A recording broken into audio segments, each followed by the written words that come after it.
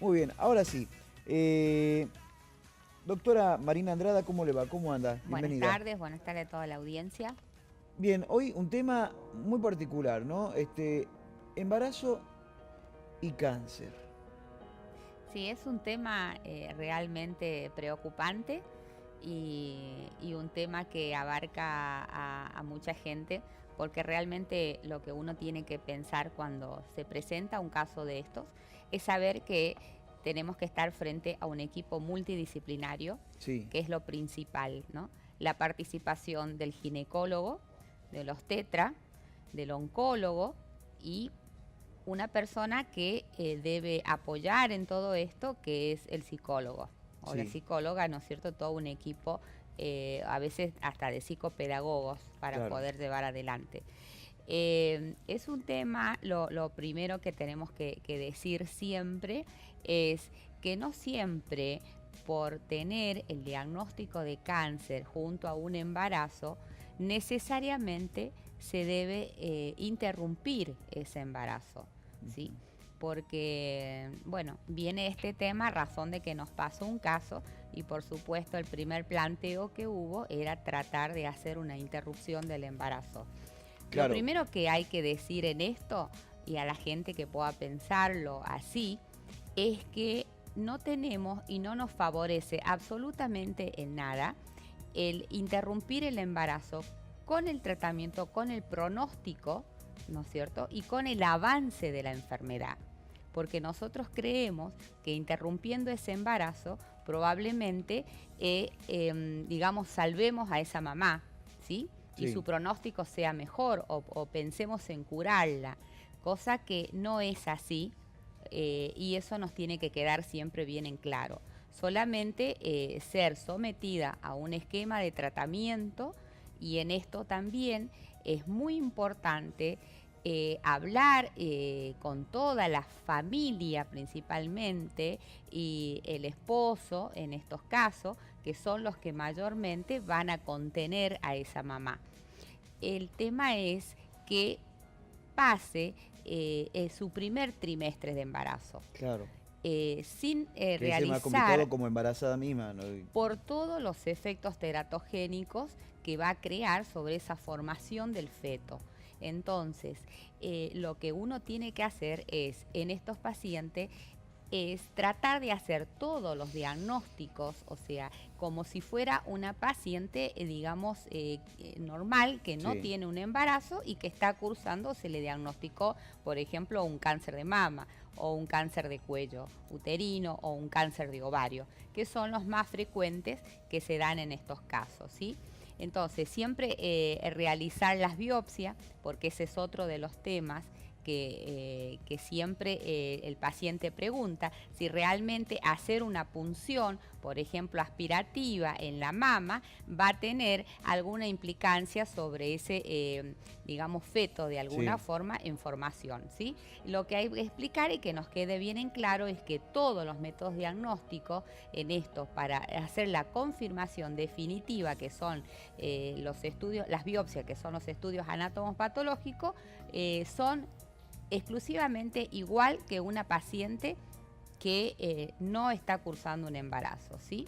Lo que tenemos que tener en cuenta acá Sí. es también todo lo que es diagnóstico por imágenes, ¿sí? Ujú. Nosotros tenemos y estamos siempre en esto, hay que tener Que cuidado hay justamente entre lo que estamos la viendo ahí, ¿no? segunda, el cuarto, octavo y hasta las 12 semanas principales de embarazo, no tratar de poner ningún método radioactivo, porque todo eso siempre nos va a hacer alguna, digamos, malformación o va a permitir que ese Sí, embrión va a tener quede de secuelas en tensión el... en Sí, eso, entonces no va a poder desarrollar claro. totalmente ese embrión. Alguna secuela siempre va a quedar si se da eso. Siempre va a Claro. tener. Entonces, lo bueno de esto es que siempre tenemos que pensar que estas pacientes van a un tratamiento de quimioterapia y siempre hay que hacer una elección, por eso siempre se trabaja con todo el equipo, O sea, acá los oncólogos no están solos. Generalmente todas las decisiones que se toman con la paciente se la toma en el equipo interdisciplinario. Entonces, plantear de iniciarle un tratamiento, esperar el primer trimestre de embarazo y comenzar con sus tratamientos de quimioterapia, ¿sí? La elección también es otro tema, de poder utilizar una sola droga, ¿sí?, como monoterapia, y utilizar una poliquimioterapia, que es una combinación de varios fármacos, en los cuales hay 3 fármacos muy especiales que están demostrados que realmente no van a tener ninguna acción tóxica, digamos, sobre esa formación del feto, ¿sí? Claro. Esto es algo, digamos, principal en la evolución de este embarazo, porque lo que tenemos que planificar con esta quimioterapia es entre el segundo y el tercer trimestre de embarazo tratar de complementar todo el ciclo de tratamiento. Entonces nosotros en quimioterapia tenemos los ciclos que generalmente duran 21 días o 28 días. Entonces tenemos que hacer una planificación durante esos 2 ciclos, que podamos hacer el tratamiento completo de esta paciente y que siempre estemos, digamos, a 4 semanas o un poquito más, a 5 semanas de poder realizar el parto. Esa es una de las partes que tiene gente en formación.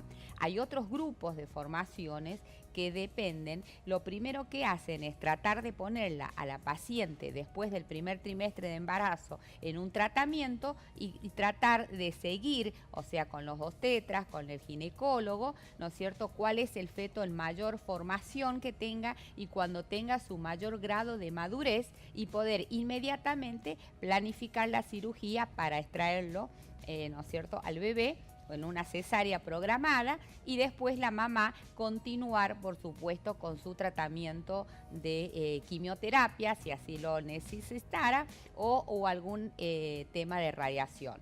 Lógicamente que en esto también lo primero que se tiene que decir que está contraindicado la lactancia. Ajá. ¿Sí? Bien. En estos casos, que es lo básico que a uno viene preparándola a la mamá, por supuesto, desde su diagnóstico, porque generalmente se descubre a veces después de 12 o 14 semanas estos diagnósticos, o muchas veces se da durante, nos ha pasado caso, que hemos tenido también uno, que durante los tratamientos de quimioterapia, ¿sí?, se produjo un embarazo. Entonces, en estos casos siempre es bueno tratar de realizar el diagnóstico con lo más elemental, digamos, que tenemos en métodos de diagnósticos que no sean invasivos, en estos casos las biopsias, que son siempre, si hablamos de una mama o hablamos de un cuello uterino, ¿no es cierto?, se coloca un espéculo, se coloca, digamos, aparatos que uno puede extraer sin tener que dañar nada adentro el útero, ¿no? Seguro. O sea, la vida intrauterina de ese feto. Doctora, si el tumor o el cáncer está en otros órganos más complicados, digo, me imagino más complicado, como puede ser el hígado, como puede ser, y la mujer está embarazada, ¿cambia ese cuadro de situación? Porque acá estamos viendo de cáncer que uno puede llegar a casi en forma periférica, tener acceso o poder llegar a tratarlo. Pero ¿qué pasa con los órganos que están cerca del vientre? Lo primero que hay que ver es muy difícil hacer un cáncer, digamos, que la mamá, pasaría en estos casos en la cual la mamá ya viene cursando un esquema de quimioterapia y queda embarazada en medio del tratamiento. ¿Sí? Entonces lo que hay que ver es si esa paciente está estadificada, y digamos, cuando tiene algún órgano vital comprometido, siempre hablamos de un estadio 4. ¿Sí? O sea, todos los estadios 4 en cáncer significan que tienen una metástasis, o sea que el primario, el tumor está en un órgano, en estos casos puede ser la mama, y que los órganos afectados pueden ser el hígado, ¿sí?, puede ser riñón, puede ser hueso, puede ser cerebro o puede ser pulmón. ¿sí? Sí. Entonces, en esos casos siempre se habla. Por eso es tan importante trabajar muchas veces en los hospitales públicos. Estos casos siempre llegan a un comité, o los servicios de ginecología y obstetricia, con un comité de ética. Que siempre lo bueno que hay que hacer en esto, que es la forma de abordar esta problemática, siempre digo, uno tiene que ser lo más serenamente posible, ¿sí? Y después que está basada en la evidencia científica. Y si en casos no existiría una evidencia científica, ¿no es cierto?, es que hay que recurrir a la experiencia, ¿no es cierto? Y si no, es al sentido común, Claro. que uno siempre le llama, que son estos grandes casos que en los cuales los comités de ética siempre están. Porque en un momento decimos, ¿cómo continuamos con esto? ¿Sí? Si se nos va a complicar, en estos casos todo el sistema aporta, si tenemos una lesión metastásica en hígado, ¿no es cierto? Y todo ese torrente sanguíneo que es lo que va a alimentar, digamos, a toda la formación del bebé. Claro. Son pocos casos en donde realmente se producen abortos espontáneos, ¿sí? Pero generalmente lo que se tiende es a continuar y tener o sea, cada, digamos, precaución en cada uno de los órganos y en cada una de las dificultades que se nos pueden presentar. Inclusive se le plantea a la paciente con anterioridad, por si nos puede llegar a pasar, entonces ir preparándola, ¿no es cierto?, para esa sintomatología que vaya y tener bien en claro la decisión de lo que se va a realizar. Doctora, ¿quiénes son los que integran un comité de ética cuando se tienen que tomar estas decisiones? ¿Quiénes son los que forman parte de ese comité? Siempre son jefes de servicios, ¿sí?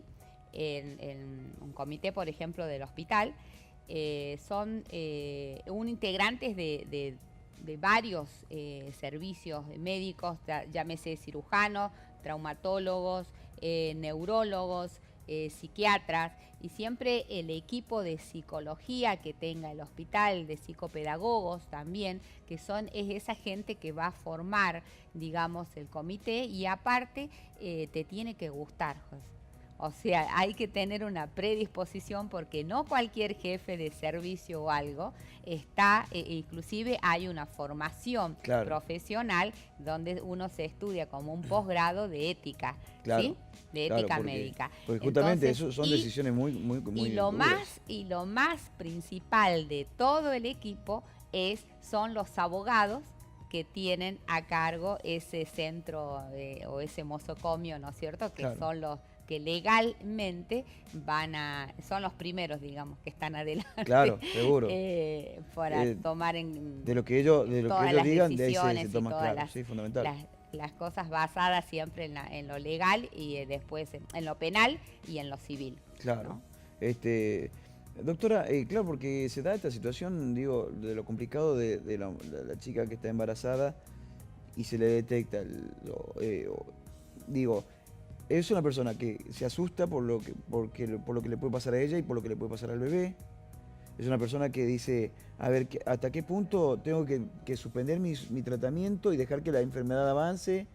Por eso era importante que le contemos esto. Hay un tema. Yo me acuerdo que la primera experiencia que tuve en esto fue muy duro, porque la mamá se quiso seguir adelante con su embarazo. Sí. Bueno, y decía, no importa, o sea, a ver, de creer que ese bebé le iba a dar la vida total. Entonces, por un lado, siempre se plantea que vos puedes tener, como es esta enfermedad, que puedas tener tu avance, que puedas tener efectos secundarios, ¿no es cierto? O sea, las metástasis en algún lado, y que después no puedas llevar a cabo tu desarrollo como madre en la primera etapa de vida, que es muy triste y eso te toca el corazón a todos. ¿Qué le parece? Porque nosotros decimos, es muy feo no tener mamá. Para nosotros la mamá es todo. Es todo. Entonces, y más en la primera etapa de vida, ¿no? Seguro. Entonces, esas cosas son las que te plantean y las que realmente, bueno, muchas veces cuando no hay una evidencia, digamos, científica, uno tiene que recurrir a la experiencia del equipo que está trabajando. Y si no, siempre es lo básico que se hace, y esto es el ABC, digamos, de todo grupo de ética, es el sentido común. Claro, ¿no? fundamental. fundamental. Entonces, Es el sentido que más debe primar. Doctora, exactamente. hay una consulta que nos hacen los televidentes. Natalia, por favor, ¿me lo contás? Sí, para la doctora Marina se han comunicado aquí y preguntan, una vez que han tenido cáncer de pecho y se han tenido que extraer el pecho, si se pueden poner prótesis. Sí, eso es a ver, eso se puede hacer, ¿no es cierto?, cuando, y se debe planificar, cuando estamos ingresando a la cirugía, porque primaria, o sea, no puedo operar una paciente, mastectomizarla, por ejemplo, y después tratar de hacer esa reconstrucción, Sí. sino que esa reconstrucción lleva tiempo.